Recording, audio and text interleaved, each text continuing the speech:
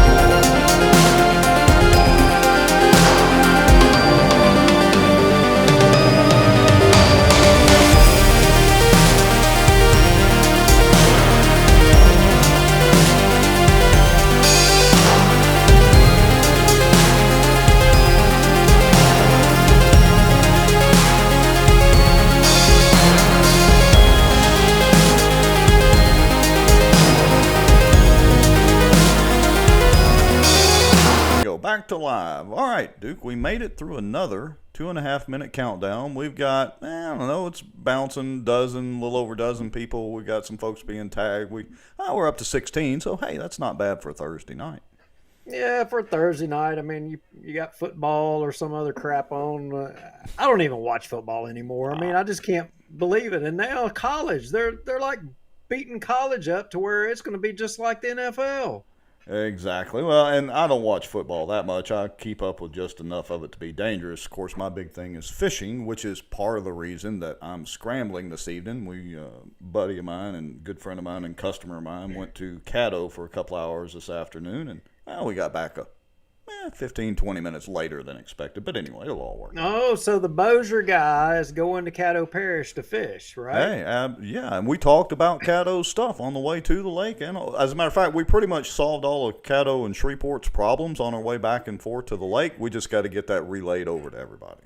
Well, something tells me if you've solved all the problems, our next guest is going to want to know what, the answer to all the problems is. So you may have just, Well, loaded yourself up. you know me, I don't hold back, so I may step on a few toes when I mention this, but yeah, we can absolutely have that conversation too. I'm going to adjust your camera a little bit. Okay, so with all that, what are we going to talk about tonight? Do we have some general subjects? We do. So we have a councilman from, Shreveport that's going to come talk to us a little bit about, pretty much anything's on the table. So for all of the guests, if you have just something earth shattering that you want to ask, by all means, plug it into the comments and, we'll ask it. But for the most part, what we wanted to cover is some of the most pressing issues that are facing, our neighbors across the river in Shreveport. And then for those of you that are watching, a lot of you may be some of our Boucher viewers. And have been asked to jump off into some of the other cities and do what we do in Boucher. And that is the reason for Louisiana Watch. We've been in central Louisiana, Baton Rouge, all across the state, kind of, jumping on different issues. But you and I have kind of taken a personal issue, and we think that, we need to kind of do a little bit more of a deep dive, and help out on the issues facing our neighbors to the west. Because let's face it, Rex, the things that affect Shreveport affect Boucher. Well, right? they do. And look, a lot of Boucher folks don't realize that part of Shreveport is actually in Boucher Parish. A small part, but part of Shreveport is actually in Boucher Parish. Did you know that? Yes, I did. Yes, I did. I think there's been a lot of battles over casino money over the years. Yes, there has been. All right. So without further ado, shall we go ahead and bring in our first guest? Hello, Miss Ann. Let's see. David Johnson says to fish on. We gotta love bass fishing on Caddo.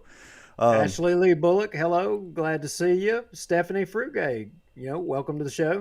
Yeah, and we've got right now about 20 people watching. So the rest of y'all that are on there, feel free to comment. But shall we go ahead and bring in our first guest? Let's bring in our first guest. All right, so I'm going to turn Grayson's volume up, and let me hit the magic button here, and let's see if this works. Hey, can you hear us, Grayson? Boom, yeah, I can hear you, and as you can tell, it looks like my hair's sticking up a little bit over here. I think I've been running my fingers through my hair a little bit too much today. Looks like you might have been pulling some of it out after the city council meeting. Right? I'm pulling it out. I need a cap like Duke got on. Next time I come on, I'll wear a cap. Yeah. Well, at least you still have hair, brother. I lost mine a long time ago. Yeah, I know what you mean. The fire service did that to me. I had hair when I went to work for the fire department. It did it to me too, and now city council's doing it even more. So I'll be bald in a couple of years. You will. So I'm just curious. When I know a little bit about you and your history. We've over the years our paths have crossed. I mean, which has been a long time. But you were like a former fire chief with one of the Caddo Parish fire districts or something. Isn't that correct? Yes, I actually started as a volunteer fireman at Caddo Fire District 5, which used to be the Ellaby Road Volunteer Fire Department in 1988. Worked for Shreveport for a little while, then went back to Fire District 5 and I was a paid employee at Fire District 5. Went back and became the fire chief and served there almost 11 years as a chief. Wow. What did you do? Did you become a paramedic, or did you just stay an EMT or intermediate? No, I'm actually still an EMT basic. I still keep it up. I don't know how long, but I never went to the other level of paramedic. I have a quick story I'll tell you. I was out here doing my clinical ride-outs for EMT intermediate back in the day, and we had to start an IV on somebody, and I was in the back of a Valentine ambulance, and the woman said, "Are you trying to kill me?" And I realized I probably was not the best person to be sticking somebody. So I decided I'd stick with just being an EMT. I almost spit my coffee out. You've been there, I do. Well, the good thing was she was conscious to feel it. A lot of our Yeah, patients I may were. or may not have hit a bone in her finger. I don't know. It was not a good Oh, thing. that just makes me cringe hearing that. I'm not afraid of many things in life, but needles are one of them. So, It's not my I'll, Well, favorite. yeah, I'll never be an EMT. Rex, we will tell you, and Grayson can attest, there is an art to starting an IV bouncing in the back of an ambulance down the road. Yes, yes, I Without can a, yes, only imagine.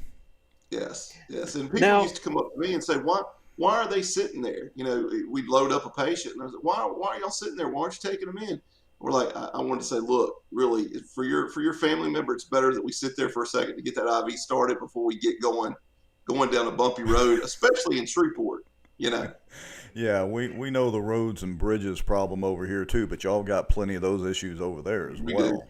Yeah. we do. yeah. Now, when you jumped off into politics, I mean, I think being a councilman's the first political office you ran for, correct? No, I was the justice of the peace for 4 years. That was the Okay. first. That was the first elected position I had, and then back 3 years ago, actually it's been 4 years now. The talk of who was going to replace Michael Corbin came up, and I never had really considered it until several people threw their hats in the ring, and kind of like what you do on your show. Y'all look at things and vet things and see what's right and what's wrong, or at least in your opinion, what's right and wrong. And I didn't find anybody in the mix that I felt like I wanted representing me. And my wife and I were talking, and she said, and she's a police. She's actually a Webster Parish Sheriff's deputy. She's been there 2 years. She worked for SPD for a while, but now she's a detective in Webster Parish. But anyway, she said, look, you gripe all the time about what's going on. It's time for you to put your money where your mouth is and run. And so I stepped in there. I had 4 people running against me, and we ended up winning. So it's not a job that I take lightly. I feel like realistically, it may have been a little divine intervention for me to be here, because I never would have thought I would have ended up where I'm at. Yeah, I would. Sorry, Rex. Go Oh ahead. no, go right ahead. Well, I would argue that your skill set, you're an appraiser as well, and having had a history in the fire service, and you're acquainted with public safety, and as well as being an appraiser, I think those uh, you know skills or what have you, they give you credit in the problems that Shreveport faces today. I mean, because we reported last week, in which we'll kind of touch on this a little later. I'm jumping the gun a little bit, but there was a lot of folks getting aggravated about the Woodlawn Terrace thing, Right? and there's been some talk about trying to have an ordinance of about some landlord rules and stuff, but more specifically, your public safety background. You know, did you bring a? I think it was you that brought the resolution or the ordinance to try to get the fire and police a pay raise at your last council meeting that got defeated. Is that correct? I did. Myself, Councilwoman Fuller, and Councilman Nicholson proposed an amendment to the budget, and I'm not going to take full credit for it. Actually, it's been an unfunded need ever since I've been on the council for police and fire to have a substantial raise. I'm also public safety chair for the city council, and we've been working on this in my committee for quite a while to try to get our fire and police officers up at least to the level that Bossier City is. We're losing a lot of people in Duke. I mean, I think you could probably attest to this. At one point, Shreveport was like it was like the major leagues, at least for us in the fire districts, it was. And now we have people leaving us to go to work for fire districts, and a lot of it is due to the pay. So it cost us about $25,000 per cadet to run them through the academy, and about half of them are leaving within about 2 years. So that's real concerning to me. So it's been a not just because I'm a former fireman and and my wife is a police officer. It's because it makes fiscal sense to protect your investment, and these guys are investments to the city of Shreveport and to the area for that matter. And you have to take care of your investments. And it's disheartening to me to see our police department at almost 100 and I think the latest number is like 140 police officers. That's scary. So, I mean, I can tell you right now, I live in what's called Area 2 of SPD. I live in the south part of Shreveport, almost on the beautiful banks of Wallace Lake. So if you want to come bass fishing, I'm pretty close to Wallace Lake. But my district goes all the way from I-20 to Wallace Lake, from I-49 to the river. That is a huge district.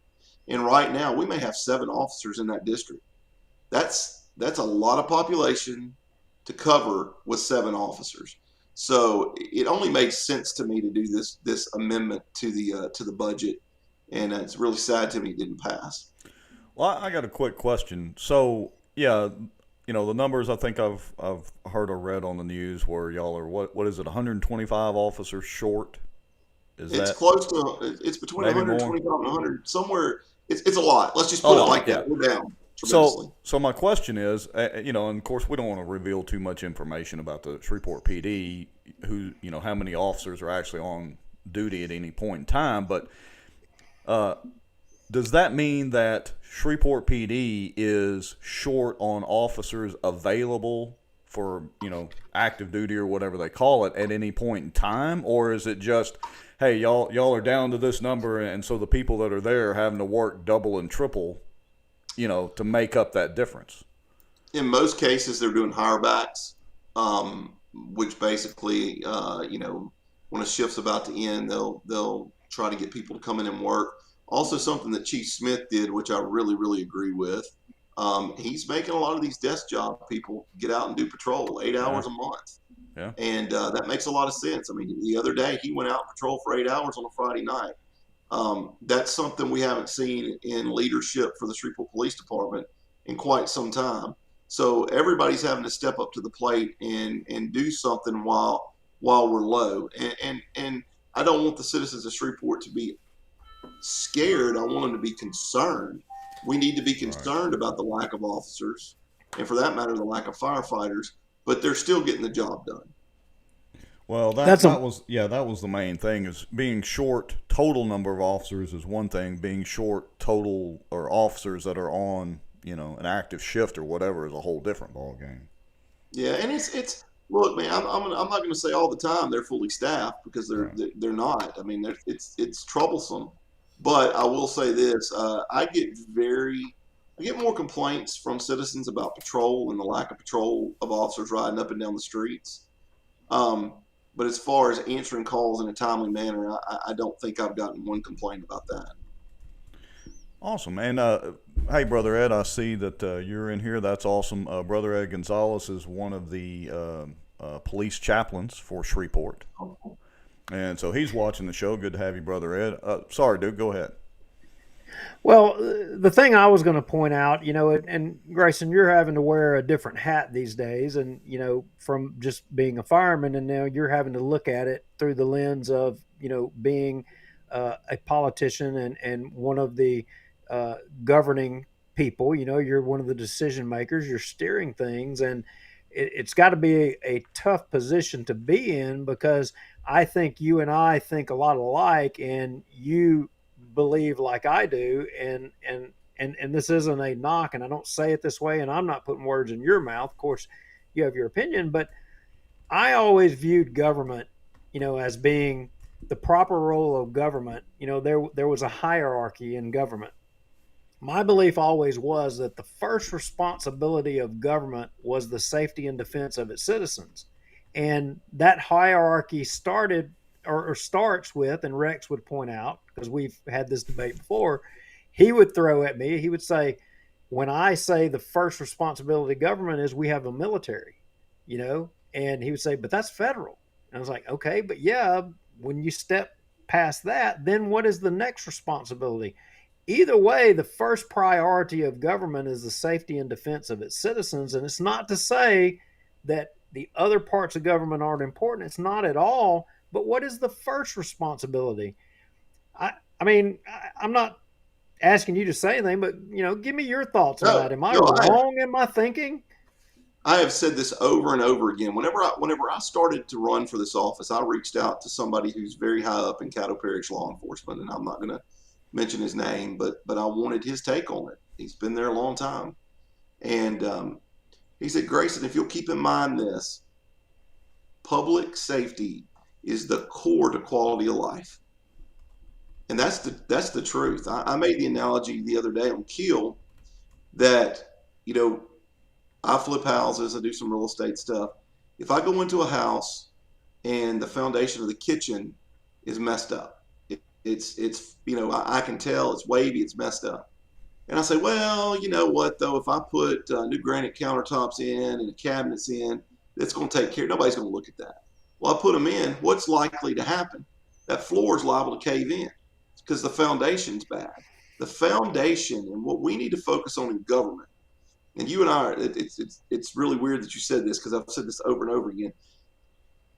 What we need to focus on in government is number one, public safety. That's the most important thing to me, you, your family. We want to make sure our family is safe. Our neighbors and family are safe. Number two is we need to make sure we have clean drinking water and we don't have sewage running down the streets. Number three, we need to make sure our trash is picked up and that the city, you know, because that leads to other health issues. Those are the three top things that as a city, we need to be worrying about right now. We don't need to be worrying about free internet for everybody. We don't need to be worrying about, cameras and everybody. We need to worry about these three top things. And I think if we'll go back as a city and start getting those things in line, you know, there used to be a saying from a former mayor of Shreveport that we're the next great city in the South. Well, heck, I'm not even sure we're a good city yet. So we've got to get up to that level, and it's taking care of those basics. And you're exactly right. The first tentacle of that, the first spoke of the wheel, is making sure that the citizens feel safe. Well, I'd agree with that, but let me expand on that a little bit. So I've been reading some of the comments on, you know, various Facebook pages and groups and all that after the bond defeat and after the pay raise, you know, defeat, I guess. And I think y'all voted, what was it, 3-3 or whatever. And I got to tell you, there are a whole lot of people that have zero respect for the Shreveport PD, and apparently a lot of them don't have a whole lot of respect for the fire department, maybe a little bit more than the police. How do you fix that? You know, I'd be a millionaire if I had to answer that question. You know, I think that it goes into being able to I think I'm not sure, you know, and it's such a pointed question. I think that the problem is that they don't trust us. They don't trust that we're the ones that are in charge of the money for these people, and they don't feel like the discipline has gone the right way with some officers. There's a lot of anger about that.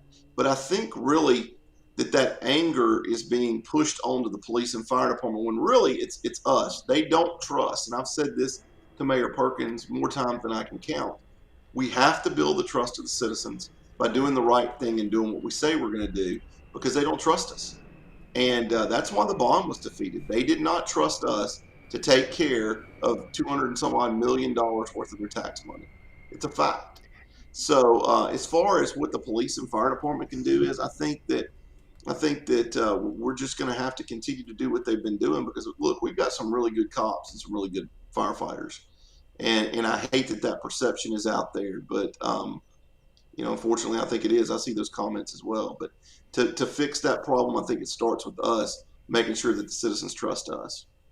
Yeah, I would agree. You know, most of the comments that I see generally aren't towards any specific police officer or fireman or whatever. But yeah, when it's concerning the government, they definitely point the questions towards individual councilmen or, you know, cattle commissioners or the mayor or whoever it may be. Well, it's just time for us to, you know, pull our heads out of the sand and realize, look, it's been years and years and years of us saying we're going to do something and not doing it. And I hate to even say us because I don't feel like I've been there, but I'm as an institution, I am us. I'm part of us. But I think that we're really going to have to, and I think I told right after the bond passed, I called both the fire chief and the police chief. I congratulated them. I told them we needed it. But I also told them, I said, I'm going to hold you accountable. You know, as a councilman, I'm going to be watching every penny you spend, and I want to see dirt turning as soon as we can.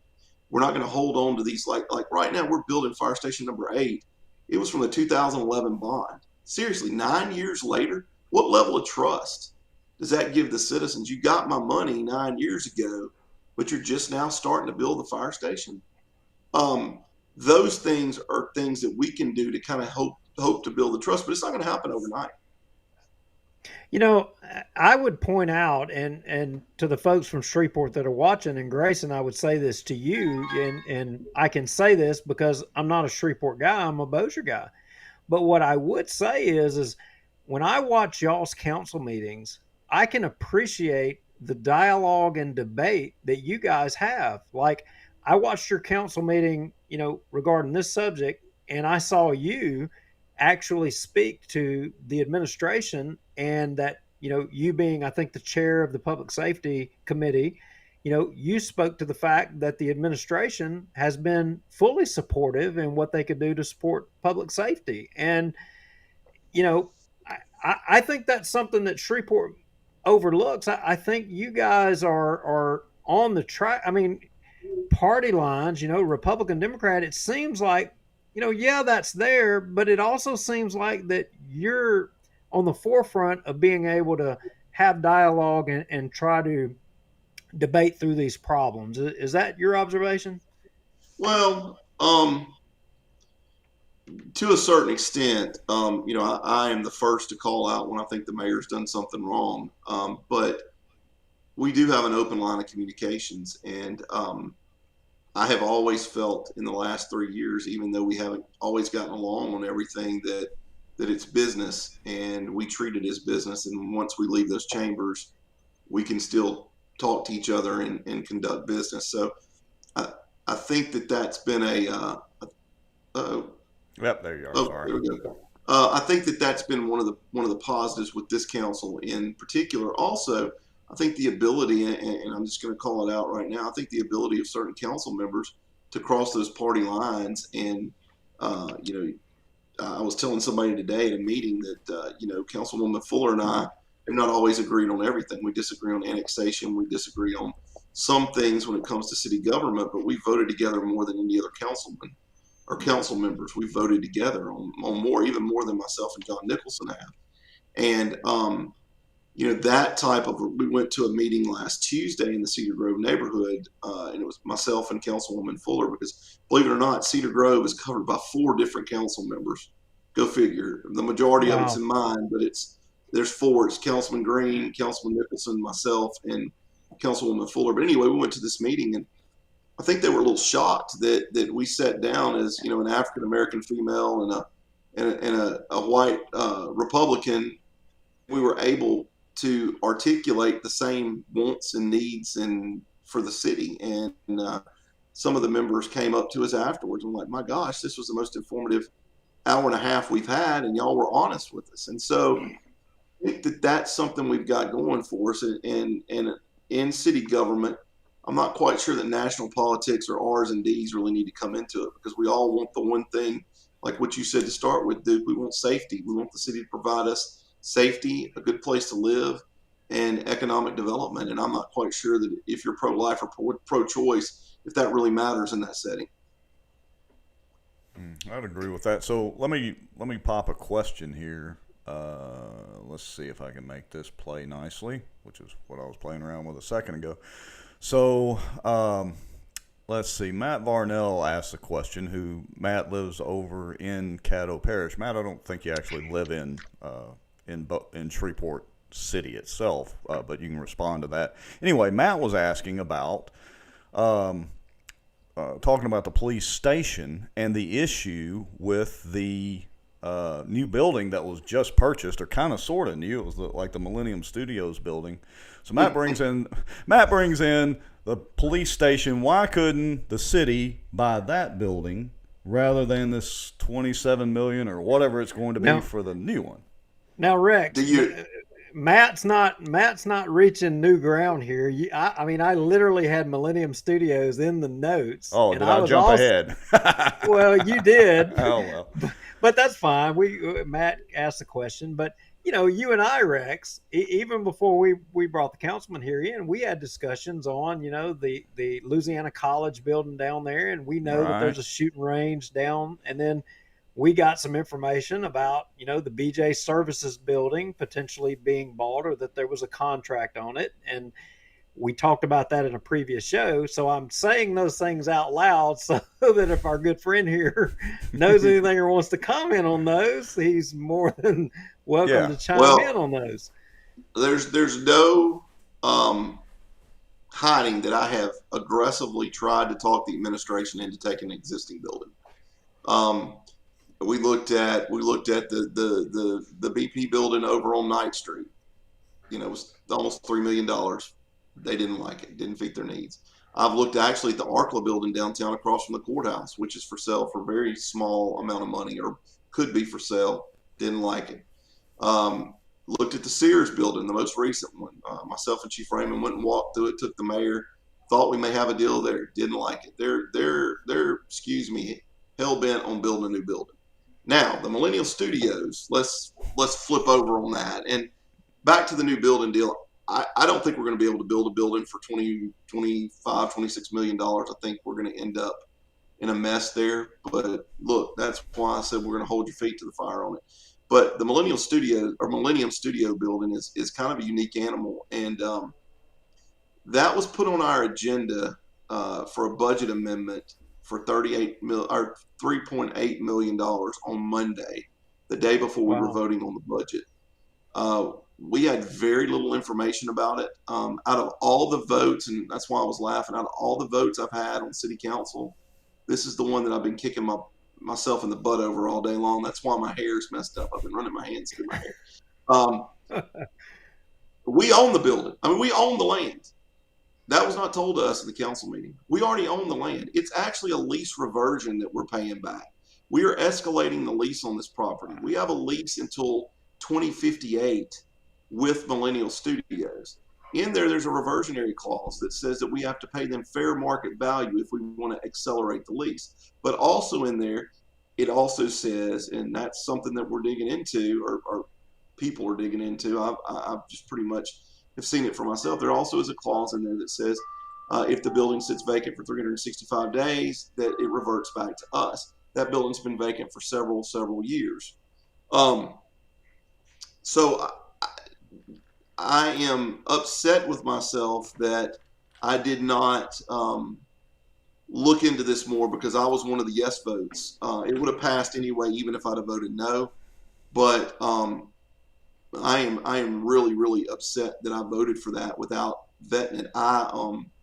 You ever hear that little voice in the back of your mind that says, "Golly, something's not right about this"? I kind of thought about it for a second, but I'll be honest, I've been being beat up for 3 hours with this raise deal.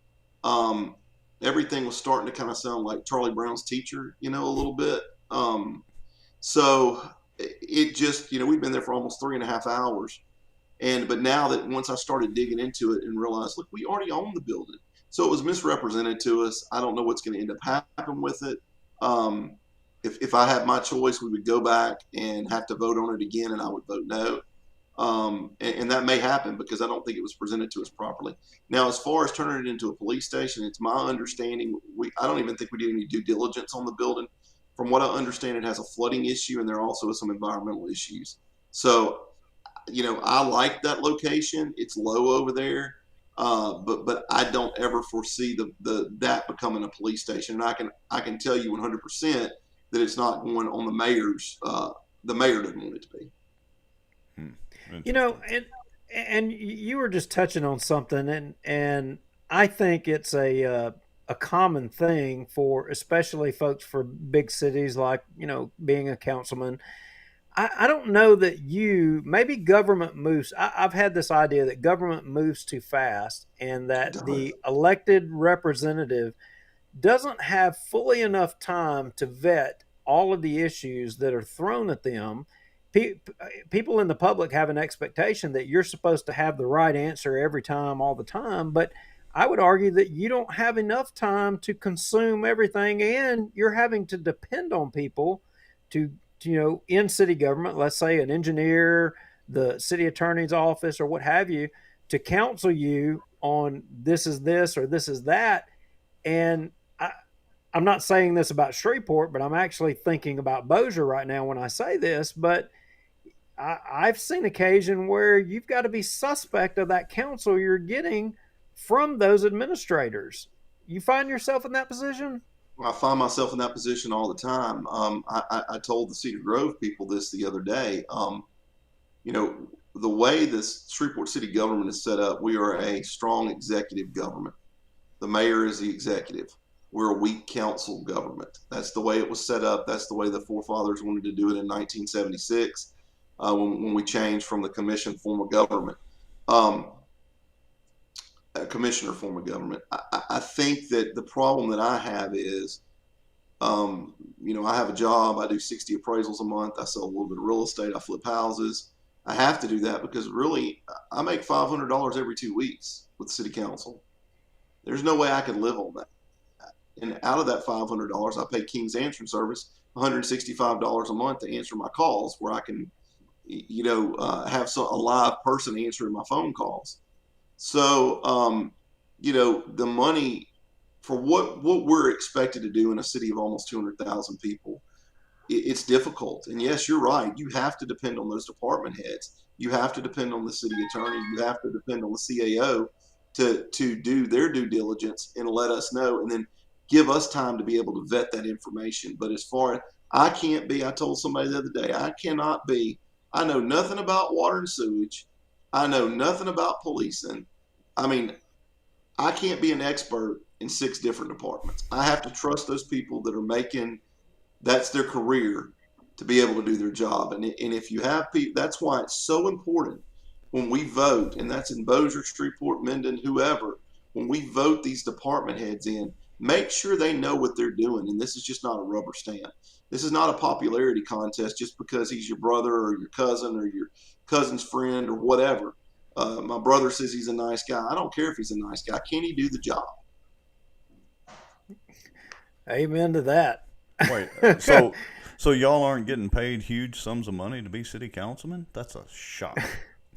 I had a former fire chief call me one day, and he goes, y'all make $100,000 a year. Why don't you cut? And I'm like, what? He's like, yeah. I'm like, the budget for all city councilmen and our whole office is on. Okay. So let me put this in perspective for you real quick about the council and the office and the help that we have. Right now we have a clerk of council, have a deputy clerk. We have an analyst that helps with the budget. We have another lady that kind of helps us out. And then we have a receptionist. So we have 5 total employees in the city council office. Now, fast forward to the IT department of Shreveport. We have 30 employees now. Mr. Hanson just asked for an additional 30 employees, and it was voted on and approved yesterday. So IT will have 60 employees, and the city council has 5. Wow. So you know, there's so much we could talk about. We could be here all night long, and I don't want to drag you out. Just have me back sometime, and I can talk about this all day long. So, yeah, I would encourage people to go to, you know, the councilman's Facebook page. There's one particular post I would steer you to, and he made an impassioned post comparing hours and pay and the proposed amounts, that $13 an hour and 13%, and then what it would, if you'd have passed that. You should read it. It's good reading, and it's common sense, and you don't have to be, you know, a CPA to be able to break it down and understand it. But I would encourage you to go to his page and read it. Yeah, and I'd like to thank you for coming on the show. And yeah, you're of course welcome back anytime, because there is a whole lot that we can discuss about Shreveport, and I'm sure it's going to be never ending. Well, and you said it at the top of the, you know, I cover 5 different parishes. I'm in Boucher a lot. I do a lot in Webster Parish because that's where I'm from, and I like to go home and do stuff over there. But you know, Shreveport, without Shreveport, the area, you know, we are the hub of the area. We're getting to a point where we're not anymore. I was telling Councilman Nicholson the other day, you know, when I was a kid living in Spring Hill, we would come over here to go to the doctor, and then we'd go to Selber's to get clothes before school and all those different things. But now, you know, my Spring Hill friends and family members, they're going to Boucher because they're scared to come over here. And I'm not quite sure that perception of being scared is reality. But what you see on TV, it is. And it's sad to me. And I want to make Shreveport the city it was when I moved from Spring Hill here when I was 14. I want to make it like that again. And but the area, we're dependent on everybody. We all these parishes and cities that are around Shreveport, we all have to work together. And I'm hoping that that's something that we can do in the near future, because the success of Shreveport means the success of Boucher. The success of Boucher means the success of Minden, the success of Marshall, Texas, even. I mean, all of this, we all play together and we all can use each other as partners. And I think that that's something, that's been lost over the last 15 to 20 years. Well, I'd agree 100% with that. Maybe when we have you back on next time, we'll discuss those subjects some more, because I agree with you. Long story, but anyway. So, Grayson, I would also encourage you, if you have a few minutes, after we switch guests and you sign off, maybe double check through some of the comments that people are making, because we just put up one or two, and you might address some of those if there's something down there that you can help with or whatever. Sure. And I'm an open book. You can reach out to me on Facebook. My email is grayson.butcher@shreveportla.gov. And on the website, there's a number you can reach out to me. So if anybody has any questions or wants to chat, I'll be more than happy to talk to them. And it was really nice to be on here with y'all. Like I said, I think that the success of Caddo, Bossier, Webster, DeSoto Parish is critical for all of us. So we all need to kind of be engaged to what's going on in each one of those areas. I am. I watch all of these different city council meetings, and not police jury as much as city council, but I do try to watch at least the neighboring city council meetings to see what's going on.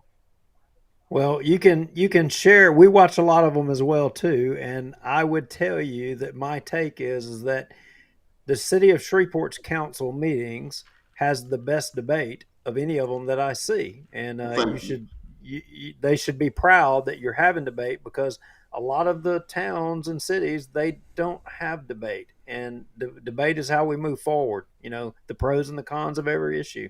But thank you, Grayson, for coming on. Thank y'all. You are a good public servant. Look forward to having some dialogue with you again in the future. Sure. Y'all have a Merry Christmas too. Thank you for having me. You have a Merry Christmas too. Thanks a lot, Grayson. Thank you. Bye-bye. Thanks. Bye-bye. All right, Duke, I'm going to switch us back over to you and I for a second. Let me get the screen ready for our next guest here in just a moment. I hope she is still waiting for us. I think she hasn't bailed. No, she kind of bailed once or twice, but I think that might have been a connection issue. She's sitting in the official green room right now, and so we should be able to get her on. Let me get her name typed in and get her camera set up. Well, Grayson, what I would say to everyone when we started the show, I prefaced it. I said, really, we don't really sideswipe anyone. We don't ever set anyone up. That's not what we do. When anyone comes on the show, we're courteous, and, we told him up front what we wanted to talk about. We wanted to talk about public safety, the pay raise issue. That was and I'll tell you guys, he said, I don't care. You can ask me whatever you want to ask me. Let's talk about anything. It don't matter. We don't have to limit discussion. There ain't nothing off limits. Let's talk about it all. Yeah, he did. That was impressive. I got to tell you. Well, and it makes for interesting discussion. It's not it's not just replaying what you see at the city council meeting or at some press release, type deal or whatever. So. Yeah, I mean, there is, Rex, there's a lot of politicians. Oh, no.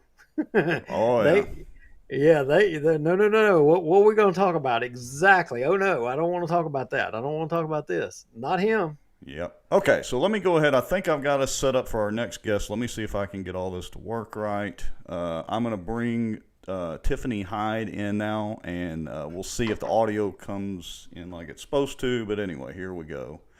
Okay, Tiffany, can you hear us? Hello, Tiffany. Yes. Okay. Hi. And we have audio from you. Can you hear me? We can hear. There's a little bit of lag in it in the video. That's a connection issue, so don't worry about that. That's fine. But anyway, welcome to the show. Well, all right. So Rex. Hi. Thank you for having me. Yeah, we're going to work on that lag there a little bit. So, a lot of folks may or may not realize that the show back there was a Rex. You remember it? There was this thing that kind of went viral regarding the Woodlawn Terrace apartments, and there was a lot of Right. folks that were bent out of shape about conditions, and I would argue rightfully so. I mean, there were some things, sewer on top of the ground, and there were some other issues that um, I would acknowledge were not conditions that were good. And Right. you and I had some debate, and we talked about it a little bit. Well, there's a lot of factors here, and there's a lot of other things to consider. And so, in kind of surfing the internet and doing the old Facebook thing today, I came across an amazing interview. And in that interview, do you remember the cat that we saw on the video that was out there on the street? Yeah. Basically articulating for all the residents of that Right. apartment complex, right? That is correct. Yes. So he was doing an interview today, and the person he was interviewing was none other than our guest that we have here on our show tonight. Surprise! Surprise! Surprise! Now, I was listening to Yes.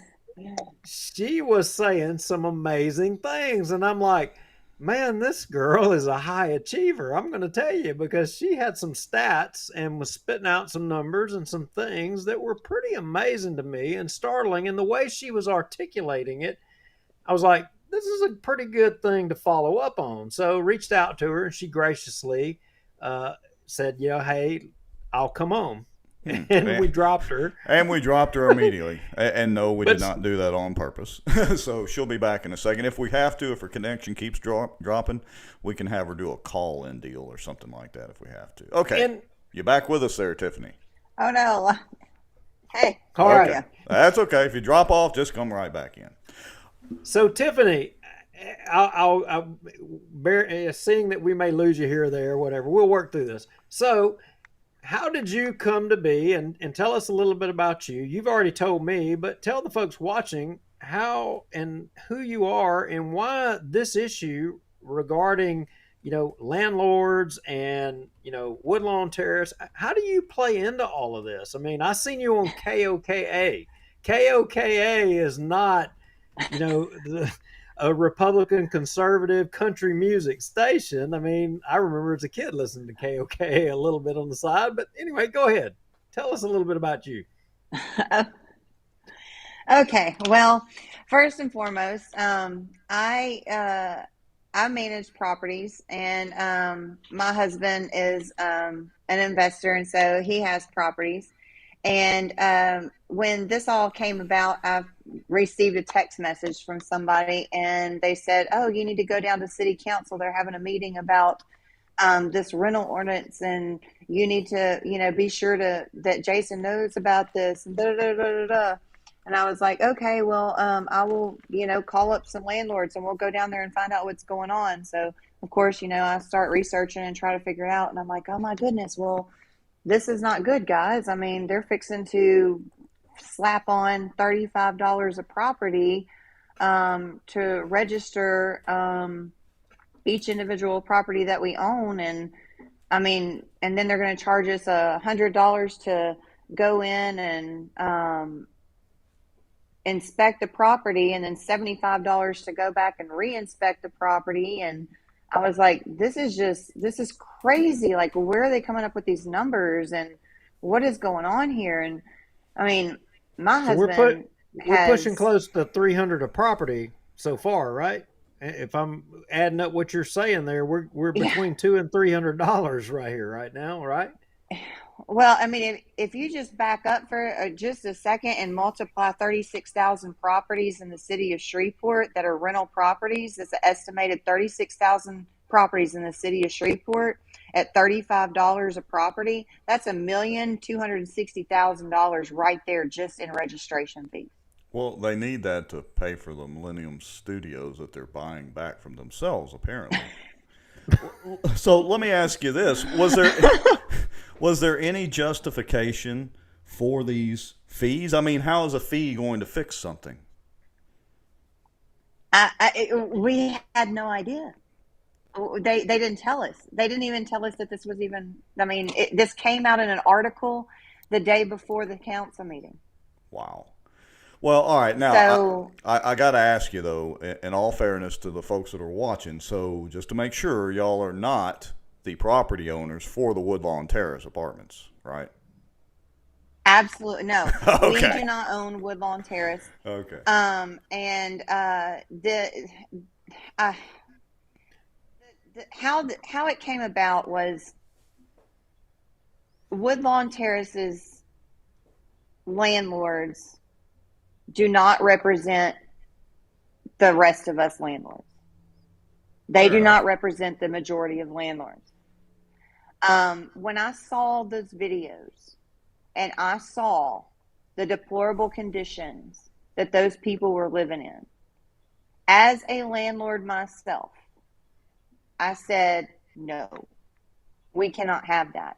We cannot have people out there representing landlords, allowing people to live in conditions like that, collecting rent, and allowing people to live like that. We just, I mean, that just cannot happen.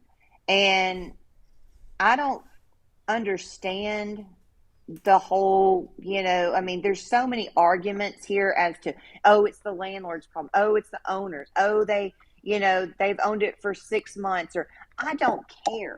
I don't care who has owned it or how long they have owned it. Those properties out there have been in these conditions for quite some time. So the previous owner or the current owner or whoever it is, there is no reason that those people should be living in those conditions that they're living in right now. Well, and so Nobody should be collecting rent. yeah, and of course, I think we all pretty much agree with you 100% on that. But let me ask you this: does the city already do inspections on properties inside of the city limits? Is there like a property standards person or any of that you're aware of already? We have so many.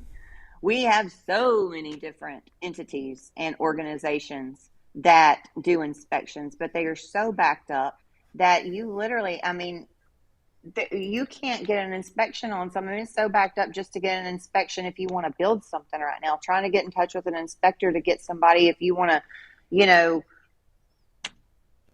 pull a permit, Right. anything right now. I mean, trying to get somebody to do something for an inspection is almost impossible right now. You can be backed up for weeks just to start a build on a new job. So I don't understand where we're going to get inspectors to come out and inspect 36,000 units. Well, and circling back to the Woodlawn Terrace, situation and debacle there because it was kind of front and center in the public eye for a bit. Everybody wants to blame the landlords and the property owners, and yes, whoever the new property owners and the landlords are share the blame. It sounds to me like they're almost running a Section 8 scam over there, but that's my opinion. But part of the blame should go back to the city. If the city already has inspectors, where have they been or what have they been inspecting? but That's the $1 million. but $100 per property is going to fix that problem, right? Well, I mean, I'm kind of wondering the same thing. Why, why haven't we done something and up until now? Why are we waiting until they're deplorable before we're doing something? And why did it take a viral video to be able to reach these people? Because this has been going on for quite some time. And so, I was talking to Alvin today in our interview earlier this morning on KOKA, and it took him going out there and making this crazy viral video in order to get the attention. But what it boils down to is these people simply needed to be educated on who they needed to contact. Right. I'd agree with And that. that's where I came in. Now that is what caught my attention, because even though you and your husband, you are landlords and you have properties, but that's not your role in this. Your personal business has nothing to do with this. You actually represent an organization, right? It's not an organization yet. Yeah, okay. But It there is is one big form. simply Okay, maybe I misunderstood, but the Northwest Louisiana the north. Landlords It's Association. Northwest Louisiana Landlords. It's I would hope, it is my hope that by the year of 2022 that we will be an association. I'm working towards that. We do not have a Northwest Louisiana Association, and so or a Northwest Louisiana Landlord Association. So I'm working towards developing that. Um, but as of right now, we are just the Northwest Louisiana Landlords. So, but I've spearheaded this campaign and trying to pull the landlords together so that we can unite. And I'm pulling the real landlords together so we can unite. Well, and that was the thing that caught my attention primarily in your interview. That what I heard, you said it just then that people needed to be educated, and you didn't say that in Yes. a disparaging way, and you wasn't meaning it in any disparaging way, but it was simply that folks kind of didn't realize or don't know the cause and effect, and that nobody was telling people the cause and effect. And there's another side to the story, and that other side to the story is you can't lump everyone in who has rental property and it is, says that they're landlords. Not all folks are the same. In fact, I would argue that there are landlords and there are slumlords, and there's a difference. And I think that was what you were trying to articulate, correct? Yes, there's a huge difference between a landlord and a slumlord, but there's also a very huge difference in the amount of landlords versus slumlords. And to blanket all of us into one ordinance is simply not fair. Yeah, and a lot of folks watching may not know, kind of, we may have jumped the gun a little bit, but and you may correct me, Tiffany, but what you had happen was you had, a lot of folks, and I'll just keep marching through it till she jumps back in because Yeah. she'll know what I'm talking about. But what a lot of you may not realize is that there has been an attempt to make more legislation, to try to regulate landlords. And when I say landlords in that context, it was everybody, slumlords and landlords, everyone alike, to put all of these rules down to where everybody fell into one basket. And it didn't matter if you were a landlord and you were the best of landlords, or if you were a slumlord. It didn't matter. The hammer was going to fall on everybody, and that was the intent of the ordinance. Well, I think it came before the Shreveport City Council, and we probably should have asked the councilman about it. He would have talked about it, but they, I think, took up the issue, and they said, they bumped it back to the MPC for the MPC to address the issue. And Tiffany, you want to weigh in on that a little bit?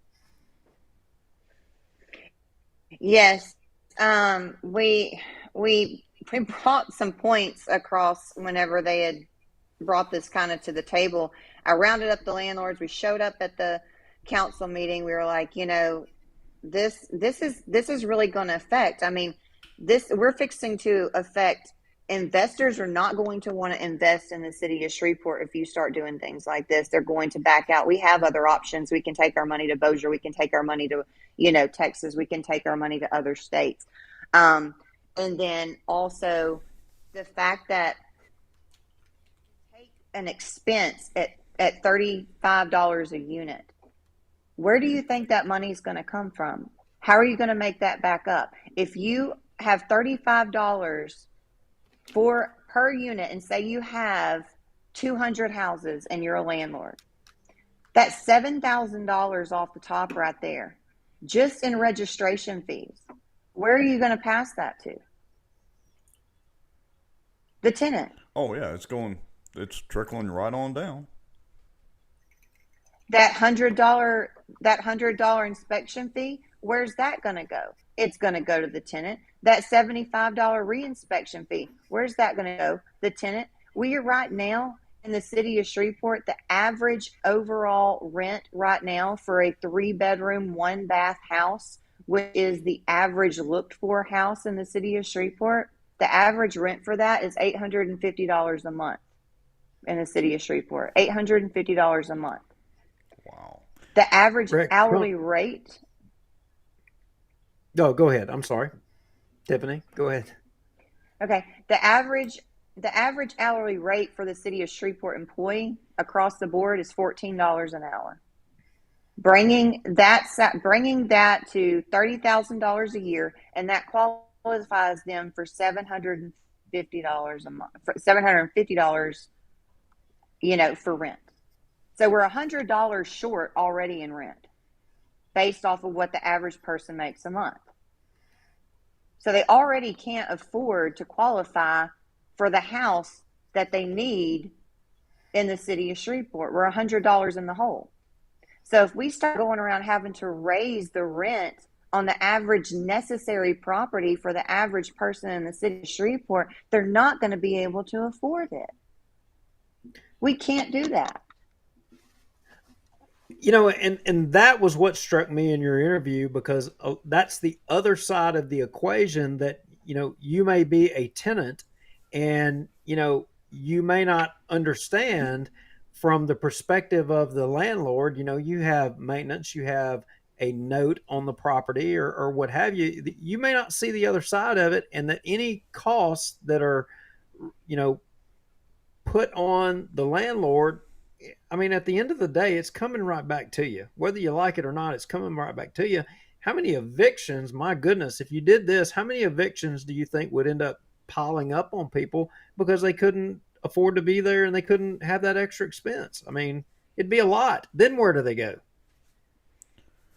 Well, I'm just circling back to this property standards deal, and Tony Thornton asked a question about that. It's kind of long, so I'm not going to put the whole thing on the screen, but it's basically, same thing I asked earlier. Is there property standards, deal? Tony even says, is there a rental complaint office? Maybe if there was a way for a renter to make a complaint of issues. Well, and Tony, just to address that, there kind of is one way. They can reach out to the city councilman. Now, I think in the instance of Woodlawn Terrace, was it Levette Fuller was a council person for that area, if I remember them saying that right? Okay. Yeah. So they could reach out to Levette Fuller. They could go to city council meetings and try to get on the agenda as a speaker. That's one way. But again, a lot of people don't know some of these things that they can do. Of course, one of them is they can make a viral video on social media too. So now, Rex, I'm going to pose a hypothetical, and Tiffany, listen to this, and I want to get your thoughts. Rex, so I haven't mowed my grass in my backyard in over 2 months. It's at least 2 foot tall. Now, I know you and your boys have been wanting to go camping, and you've been eyeballing from the lake my backyard. That looks like a prime camping spot. It does look spot. pretty wild. And I know that you've offered me some money to go camping in my backyard. So, you know what? I think I'm going to take you up on your offer and let you camp in my backyard. Now, is there a restriction on the size of tent that we can put up? And can we put deer stands up? Well, me personally, as the owner of the property, I'm not going to put a restriction. Okay. But I don't know about Boucher Parish, so I'm just wondering, at what point and where do we get where government is overreaching a little bit in their restrictions? Maybe it's who makes the standard?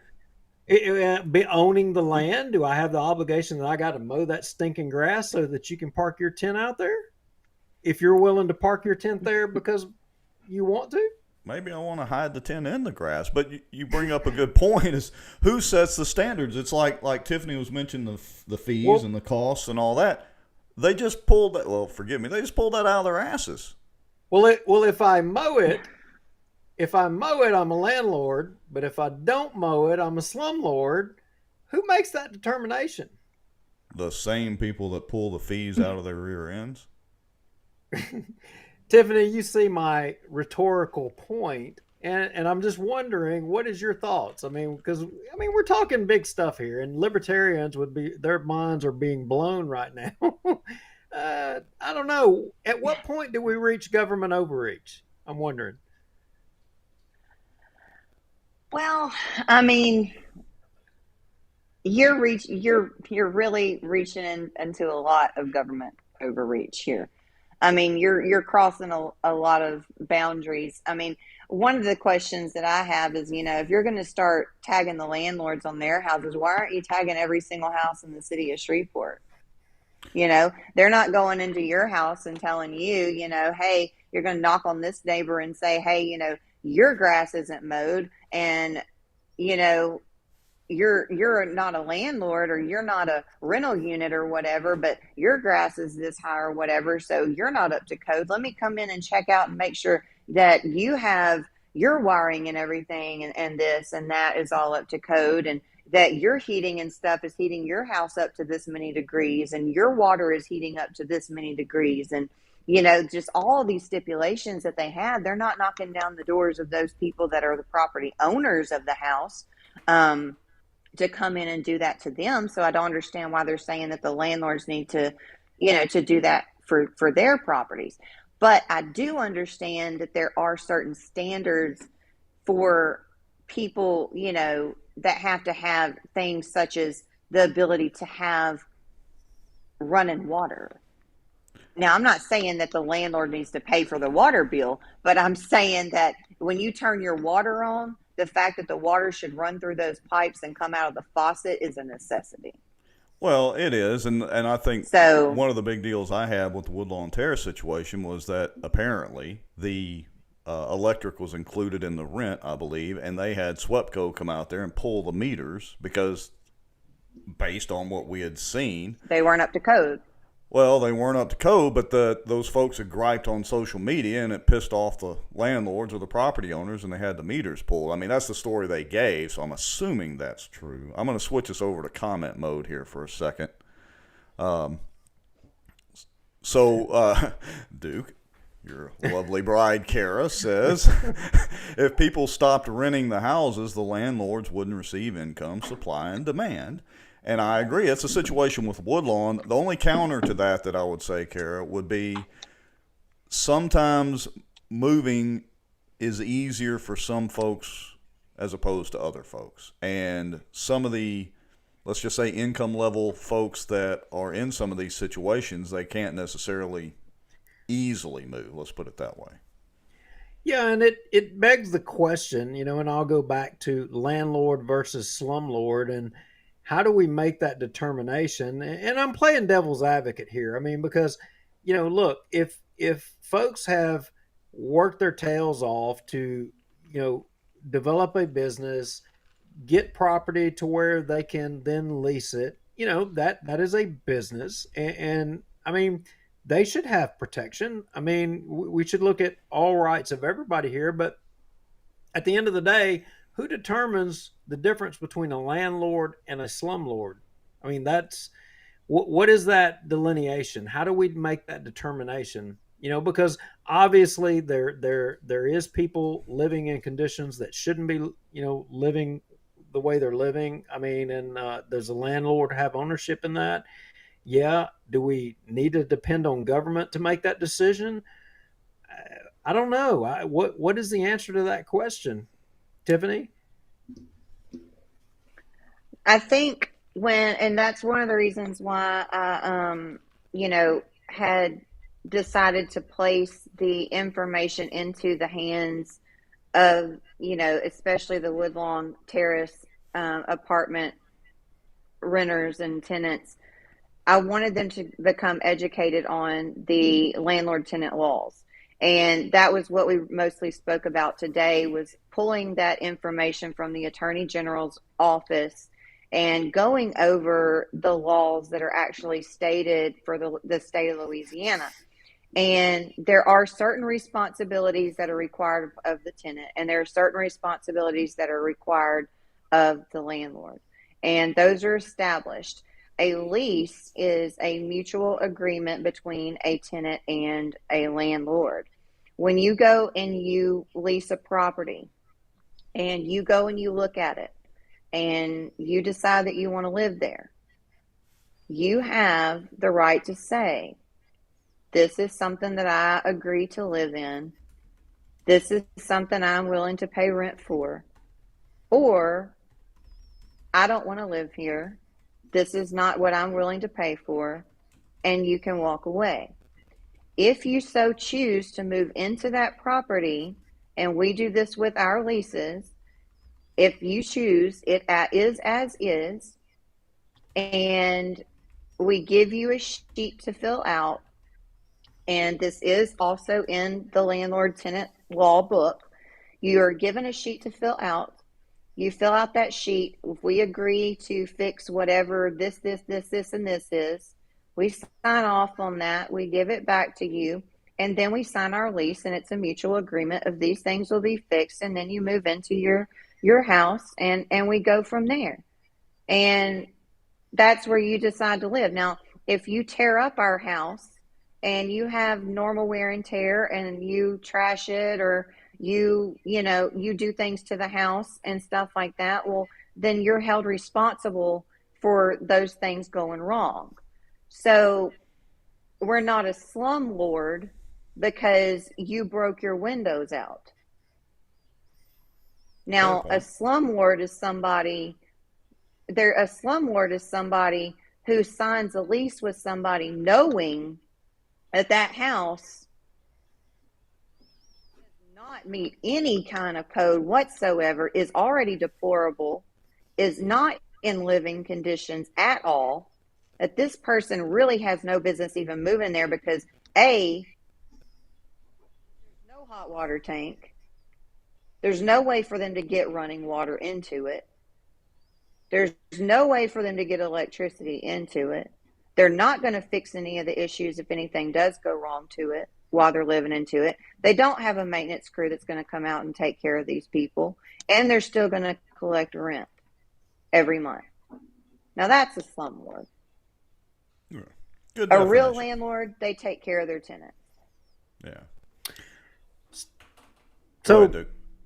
the link, that I found the link to the AG's website, with the landlord tenant laws. And I think, Rex, we're going to share that, on this show in the notes or afterwards, so that folks watching the show, or if anybody wants to share it out or know anyone that would apply to, that was the resource that Tiffany had cited in the show that we saw, where she was articulating about all of this, or what basically it lays out the rules, right, Tiffany? Yes, it lays out every single rule. And I even said that in council because I took those brochures up to council when I went to the last council meeting, and I passed them out to each council member. And I told them, I was like, this is the information. This is educating a tenant. This is information that's already printed by the state. The city doesn't even have to pay for this. This is free information right here, coming straight from the state, straight off the press, live in color, and it can be handed to them, and they can be educated on all of these organizations that they can call if they have a problem. We do not have to recreate the wheel here. If you want to go and find out who lives in blah, blah, blah address, you go to the tax assessor's website and you pull up that address, and you can find out who the owner is, the landlord is. You find all of that information out on the tax assessor's website. There is no reason for us to have to register our properties. All of that information is already there and readily available for any citizen in Shreveport, Boucher, Hawaii, wherever. You can pull it up on the tax assessor's website. You don't have to recreate the wheel. Okay. And like I was telling Duke today. Hold up. Hold the horses. Hold up. I hate to break your mojo there. Okay, you got some property in Hawaii to rent? Because I'm thinking about a vacation. No. Well, crap. I wish I did. Crap. I thought we was on to something, Rex. You was on it too. Well, but not just that. The problem is that, yes, they do have to set up a new registration system, and you should have to do double duty, because how else are they going to be able to justify charging you $100 per property so that they can afford to buy their own property again and have a movie studio? I mean, I'm just going to circle back to that. That's the issue. Rex, you know the answer. Landlords have money trees in every one of their backyards. They've got them. They're planted everywhere. They're just Yeah. like a daggum oak I tree know we dropping have acorns 3. everywhere. Yeah, 3 money trees. The challenge 3 is, money trees. You can come pick off of them anytime you want. do they have little copper pennies growing from them, or do they have sure enough Benjamins growing from them? Oh no, straight Benjamin all the way. Yeah, right. All right. So I guess, what is your, in this show you can be as unfiltered as you want or whatever, but with this whole situation that, kind of started the public discussion, circling back to Woodlawn Terrace, what is your opinion on that whole situation there? After seeing some of the videos, I don't know, maybe you've driven by and looked at them, whatever. What do you think, and you've been on the radio show, what do you think those folks should do? I mean, what recourse do they have? Do you feel, as a, landlord, property owner, all that, do you feel that their outrage is justified? I mean, I believe that definitely their outrage is completely justified. I think that I truly believe that the majority of the units are, in fact, in deplorable conditions. I do know that Alvin had made the statement, and if you go back and you listen to what I was saying, even in the interview, was that the new owners took over ownership of, I guess they said something about 6 months ago, and I did make the statement. I said, well, 6 months is not a lot of time to be able to go in and fix anything up, especially considering the fact that you cannot get people to work right now. You can't get supplies right now. You can't find the things that you need to do the job, and you can't find the people to do it for you. So you can't really expect everybody, to jump on in and fix everything right away in 6 months. But this hasn't been going on for 6 months. This has been going on for several years. This is something that previous ownership, has passed along. So I don't really understand the business deal behind taking this on, whether this was a very, very smart decision, to take this on right now, in the condition that it is, or what their plans are to take this on, what they're planning on even doing with Woodlawn Terrace. But I just know that in the situation that those people are in right now, there's no reason whatsoever that they should be living in these types of conditions. Well, Fair enough. it branches out to a wider discussion. I mean, how can we, in any budget with the United States government, be sending money to Pakistan for transgender studies when we got people living in squalor here that we can't even fix? Right, Rex? well, yeah, but now you're going way off the reservation. I did. Maybe our congressman can Are you answer on team? that question. Well, I won't bring the presidential partisan politics in it, but yeah, you're way I off. did. I did. Our Republican friends are fixing to have steam coming from their ears with that statement. But I don't care. They can be mad or But they can be glad. But you do bring up a good point, and again, I'm just circling back to, it's amazing to me that they wanted to charge more inspection fees, more registration fees, and I bet you anything, Shreveport already has property standards. They already have an inspector. Heck, if they don't, we've got 2 police chiefs over here. We're loaning the Shreveport fire trucks. We'll just send some more fire trucks. We'll send them one of our police chiefs, and we can send the property standards guy over there for a little while. He comes by our neighborhood, I don't know, 2, 3, 4 times a week. I think you're onto something, Rex. We're going to send our second police chief over there, and we're going to help them out with manpower too. Yeah. Holy crap! Yeah. So, all right. So where else do we want to go with this discussion? And I want to address one more thing real quick. So, Matt, I do see some of your comments. I will just say that you might be surprised, Matt, at least I can tell you, especially over in Boucher, how many neighborhood subdivisions, nice subdivisions, have rental houses in them already. And not all, but a lot of them are military. The military folks do buy theirs, even short-term, and then flip them. But you would be surprised at that. But I do see your comments, Matt. As long as Matt keeps paying the permits for the parish and the city on those roof jobs, I mean, we'll be happy. Just keep dishing that money out, Matt.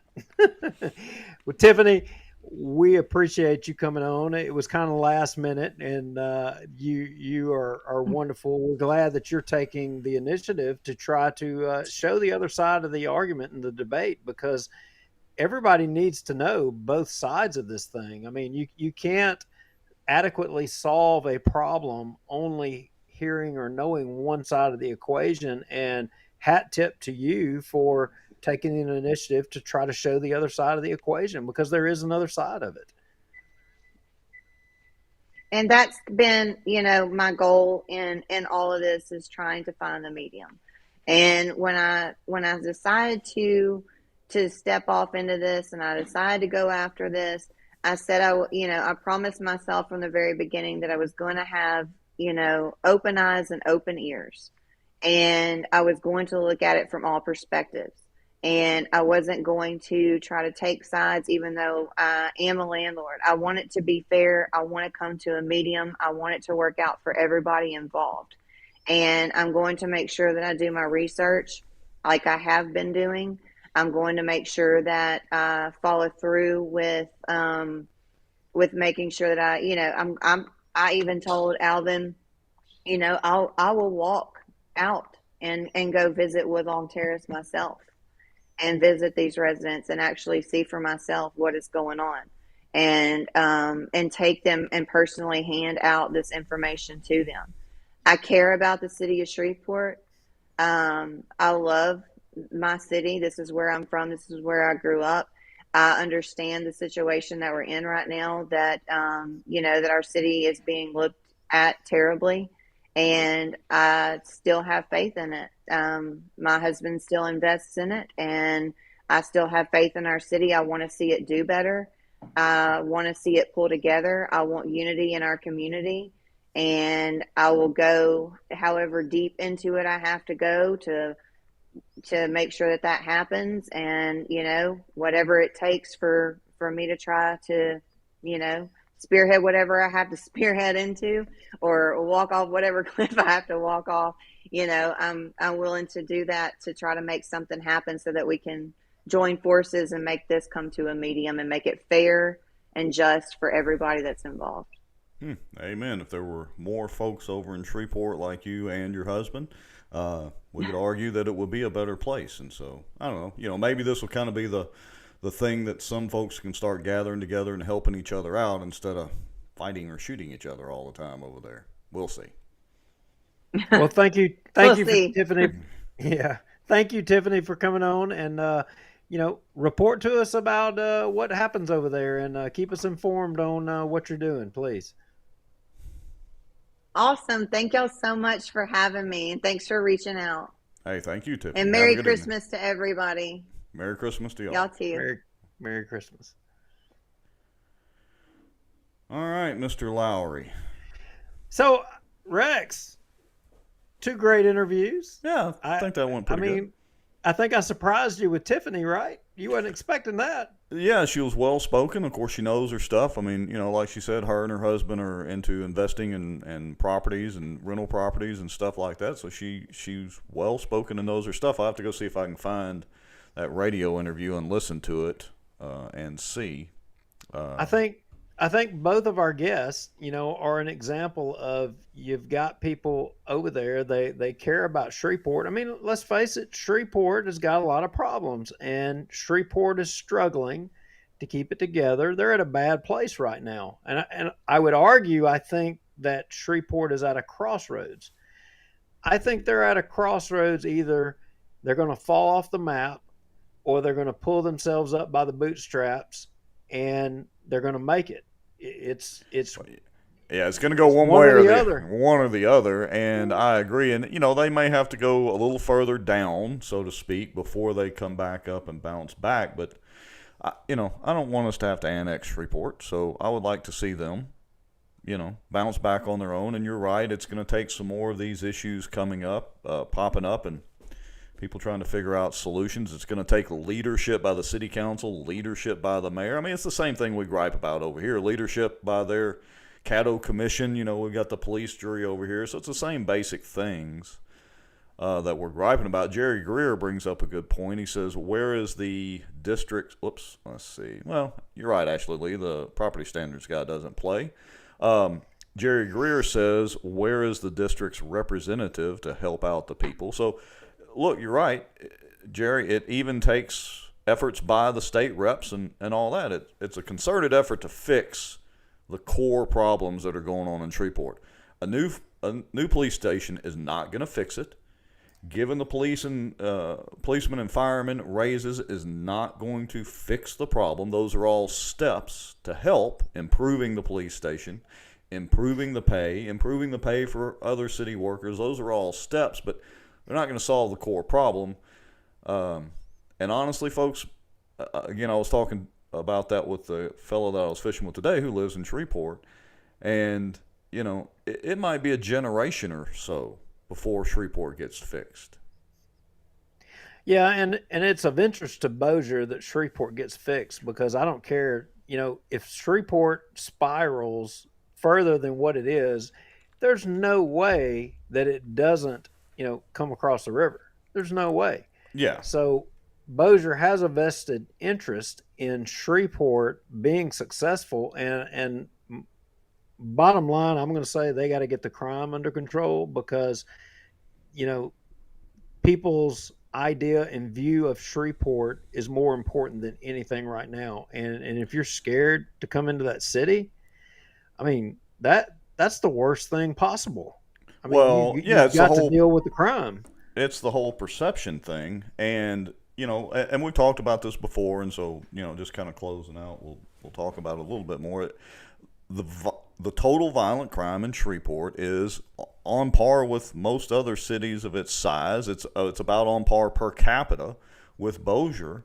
So it's not like we're sitting over here in a bastion of security compared to Shreveport. It's just that murder rate. And I would argue the respect level or lack of respect level for law and order. And that's just going to keep precipitating and keep going on until something's done. And I'm not really sure what that needs to be yet. Not 100%. Well, at least we got 2 police chiefs. Yeah, we do have 2 police chiefs. We can certainly loan one out to them. And maybe we could work out something on the salary too, since we're literally paying 2 police chiefs. I'm going to stop. Matt Barnell says it's the poverty. Yeah, I agree, Matt. Matt, you're right. But so let me put that comment up. That's actually a good comment. I don't want to go too far down this rabbit hole. So Matt Barnell says it's the poverty, and Duke, like you said, you agree. I agree 100%. Here's the challenge. If AT&T magically reopened their plant out there and GM magically was able tomorrow to reopen their plant, is that going to solve the problem? No. I mean, it's a rhetorical question. I already know the answer. No, because they're going to have to hire extra security because they're going to be concerned about the extreme crime. Yeah. So they're going to say, why bother with this? Let's move it somewhere else where we don't have to worry about that crap. Well, I know that, but I'm just saying let's push that to the side. Again, let's say that GM and AT&T they ignore all that and they open the plant back up. And let's say a couple more businesses come in. I mean, they've got Amazon. Amazon came in. Amazon knew about the crime rate. All right. Oh, that's true. Good point. Yeah. And that's a big deal over there. But is that going to fix the problem? Is providing jobs at this point? Oh, wait a minute. I'm going to set Matt off.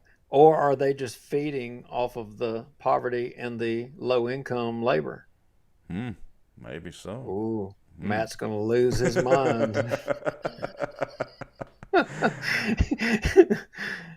right. So, and we'll discuss some more of this in the future because I've got, my 2 cents to put it on. Matt says, let me call in. Oh, no.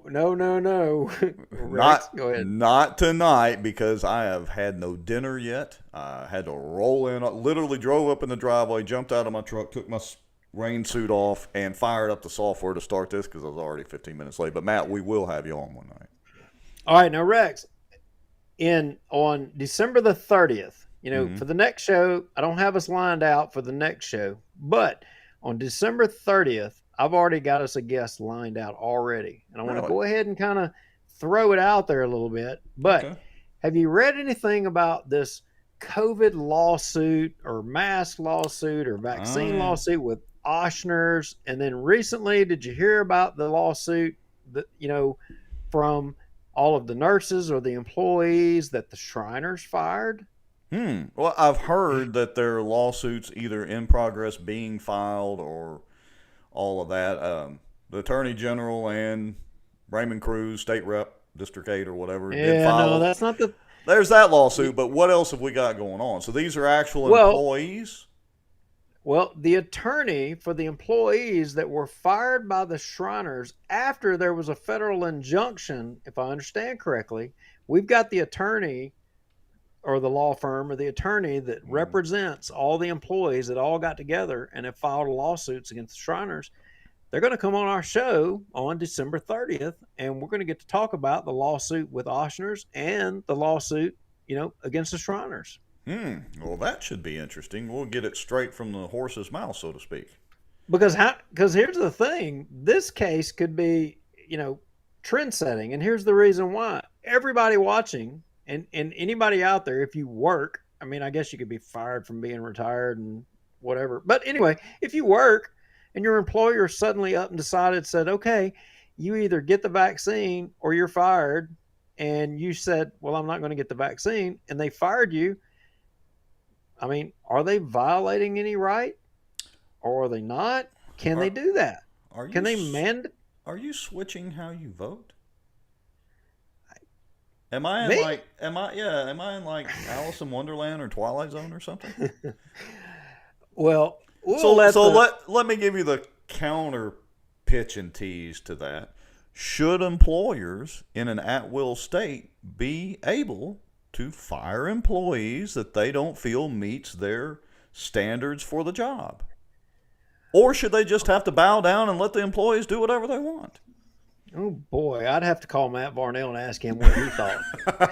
That'll make some people's heads explode. I'm not saying I agree with that point of view, but hey, we're supposed to, both of us lean to the right. We don't make any bones about that. And I'm kind of lean. I fell off the you cart fell off the way cliff. on the right. Yeah, you fell off the cliff, and we got a rope down there to you to hold on to. And I don't make any bones about it. I tend to lean libertarian on many or some issues. But look, there's two ways to look at this.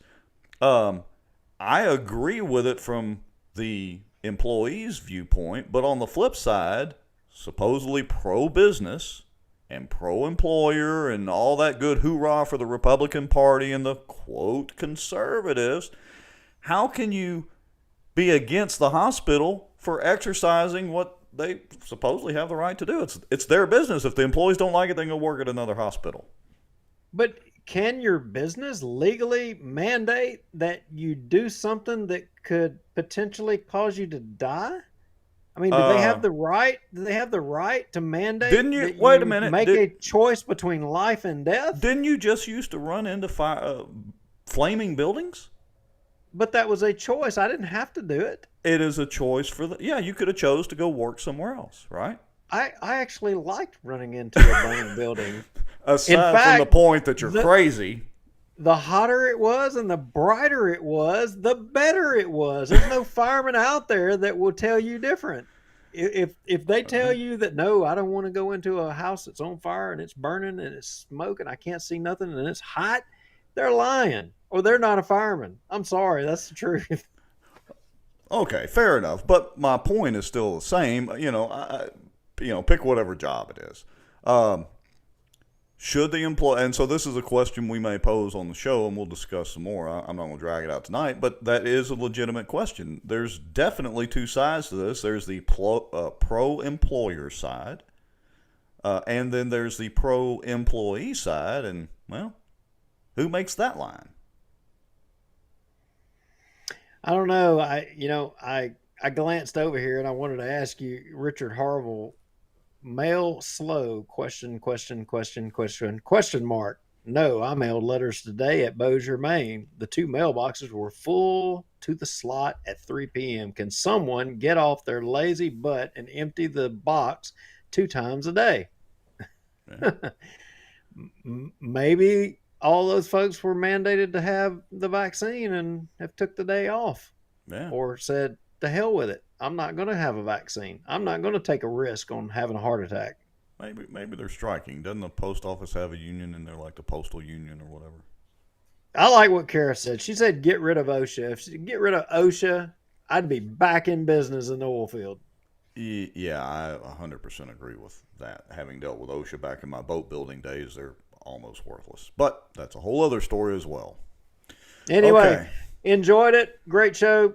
Good night. We appreciate everybody watching. And Boucher Watch next Tuesday. We anticipate the Boucher City Council giving us plenty of stuff to talk about.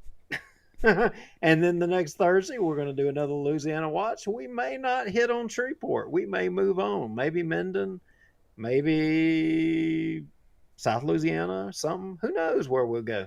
Oh, I'm sure something will happen for us to get on our soapboxes about. We appreciate, like Duke said, we appreciate all of y'all watching. Make sure you tag and share and let your friends know we do have a Louisiana Watch in addition to Boucher Watch. And so we're just trying to pretty much cover everything around here. And keep an eye out on everybody, political, and for everybody. Have a good night, Rex. Good night. Adios, amigo.